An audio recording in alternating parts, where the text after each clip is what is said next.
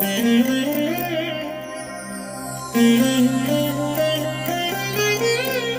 దినం పరము నుండి దిగివచ్చు మాట, ఇది నీ జీవితానికి వెలుగుల బాట, నీ ఒడిలో ఉంచబడిన దీవెనల మూట, అద్భుతాల ఆనంద ఊట.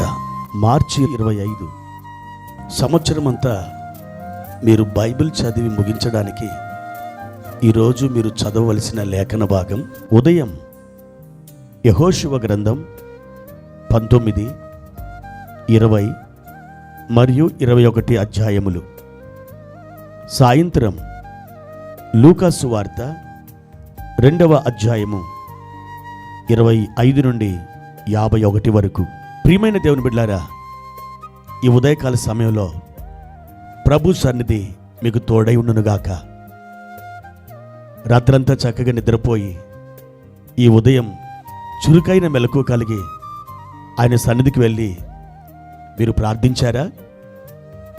ఒకవేళ మీరు దేవుని సన్నిధి గనక వెళ్ళి ఉండకపోతే ఈ ధ్యానం విన్న తర్వాత మీరు ప్రభు సన్నిధికి వెళ్ళండి.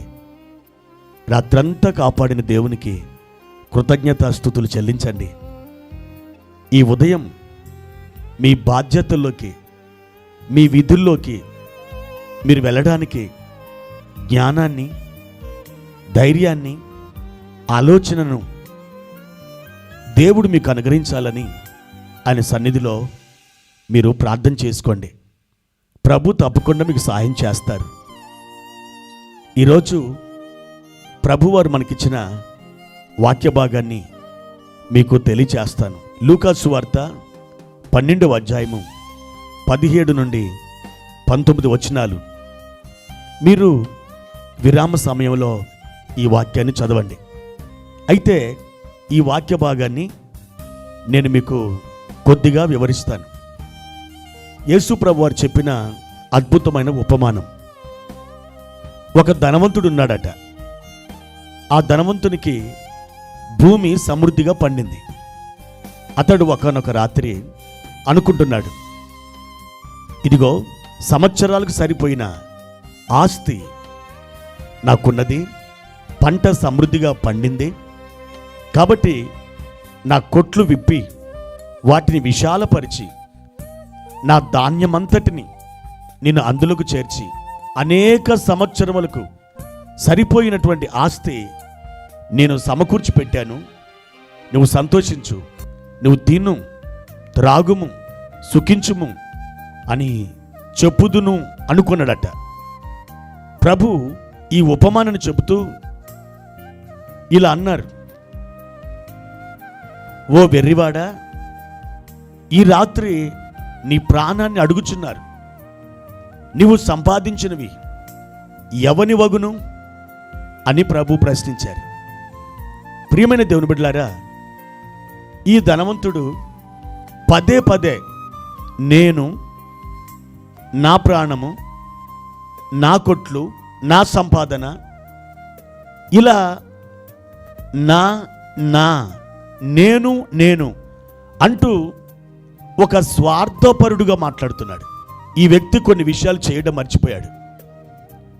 ఇంత విస్తారంగా అతనికి పంట పండింది, కానీ దేవునికి కృతజ్ఞతాస్తుతులు చెల్లించలేదు.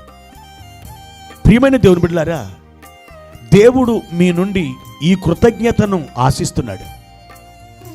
దేవుడు మీకు ఇచ్చిన వాటి విషయంలో మీరు ఎప్పుడైనా కృతజ్ఞతాస్తుతులు చెల్లించారా? మీకు ఇచ్చిన భర్త కానీ, మీకు ఇచ్చిన భార్య కానీ, పిల్లలు కానీ, ఆరోగ్యం కానీ, రక్షణ కానీ, సంఘము కానీ, దేవుడు మీకు ఇచ్చినటువంటి వర్తమానం కానీ, దేవుడు మీకు ఇచ్చిన ఆరోగ్యం కానీ, ఇలాంటివి ఎన్నో. ఈ రోజున నీవు ఏది కలిగి ఉన్నావో ప్రభు ఇవ్వకుండా దానిని నీవు కలిగి ఉండలేదు. ఆయన ఇచ్చినవన్నీ నువ్వు కలిగి ఉన్నావు. కలిగి ఉన్నవన్నీ ఆయన ఇచ్చినవే. అయితే నీ నుండి దేవుడు ఆశిస్తున్నాడు. కృతజ్ఞత స్తుతిని ఆయన కోరుకుంటున్నాడు. ప్రియమైన దేవుని బిడ్డ, ఈ ధనవంతుడు దేవునికి ఇవ్వాలి అనే ఆలోచన ఎంతమాత్రం చేయలేదు. ఎప్పుడు కూడా తినాలి, త్రాగాలి, సుఖించాలి.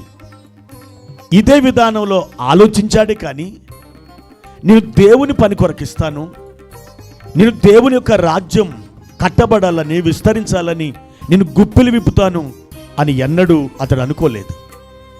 దేవుడు నిన్ను ఎందుకు ధనవంతునిగా చేశాడంటే, దేవుడు నిన్ను ఒక విధమైన స్థాయికి ఎందుకు తీసుకొచ్చాడంటే, ఆయన పని కోసం, ఆయన సేవకుల కోసం, మిషనరీల కోసం గుప్పిలు విప్పుతావేమో అని. మీరు ఎన్నడైనా అలా చేశారా? లేకపోతే ఆలోచించండి. ఇకపోతే ఈ ధనవంతుడు తన ప్రక్కనున్న వారిని పట్టించుకోలేదు. ఎవరికైనా బీదలకు, దరిద్రులకు సహాయం చేస్తానని అతడు తలంచనే లేదు.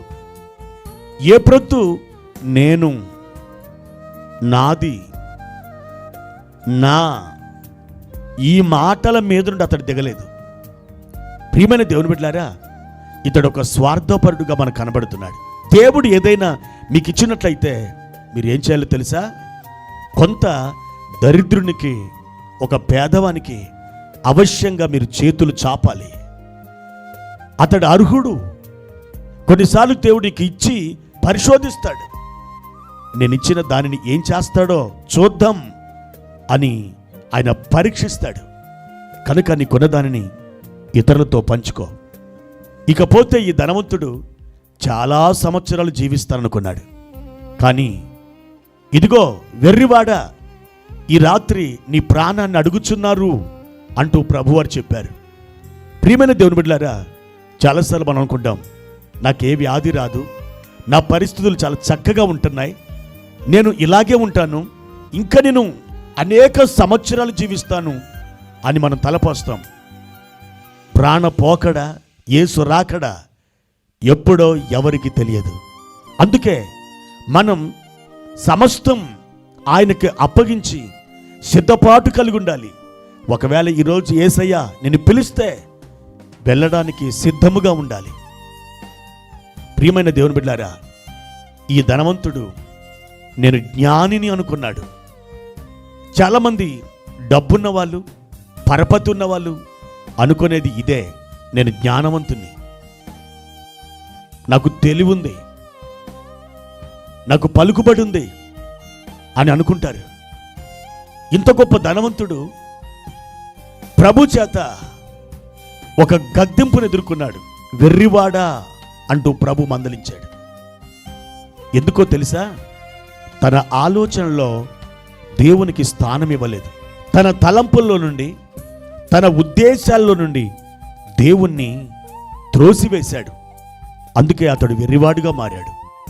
ప్రియమైన దేవుని బిడ్డలారా, మీ తలంపులలో, మీ ఉద్దేశాలలో దేవునికి ప్రథమ స్థానం ఇవ్వండి. అదే జ్ఞానం అని పిలువబడుతుంది. దేవుడు మీకు తోడయుండి మిమ్మల్ని ఆశీర్వదించునుగాక. ప్రార్థన. పరిశుద్ధుడైన తండ్రి, మీ ఘనమైన నామానికి వందనాలు. ఈ ఉదయకాల సమయంలో ఈ ధ్యానం ద్వారా మీరు మమ్మల్ని హెచ్చరించారు, ప్రోత్సహించారు. మీకు కృతజ్ఞతలు నాయన. ఏదైతే అనుభవిస్తున్నామో అది మా స్వంతము కాదు, మీరు మాకిచ్చినది. మేము అనుభవిస్తున్నాం. దేనినైతే మేము కలిగి ఉన్నామో అది మేము స్వయం కృషితో సంపాదించుకున్నది కాదు, మీరిచ్చినది నాయన. సమస్తాన్ని బట్టి మీకు కృతజ్ఞతాస్తుతులు చెల్లిస్తున్నాం. అయ్యా, మా ఉద్దేశాల్లో, మా తలంపుల్లో ఎల్లప్పుడూ మీరే ఉందురుగాక. మీరు మమ్మల్ని నడిపించి జ్ఞాన మార్గములో మమ్మల్ని తోడుకొని వెళ్ళమని యేసు నామములు అడిగి వేడుకుంటున్నాము తండ్రి. ఆమెన్.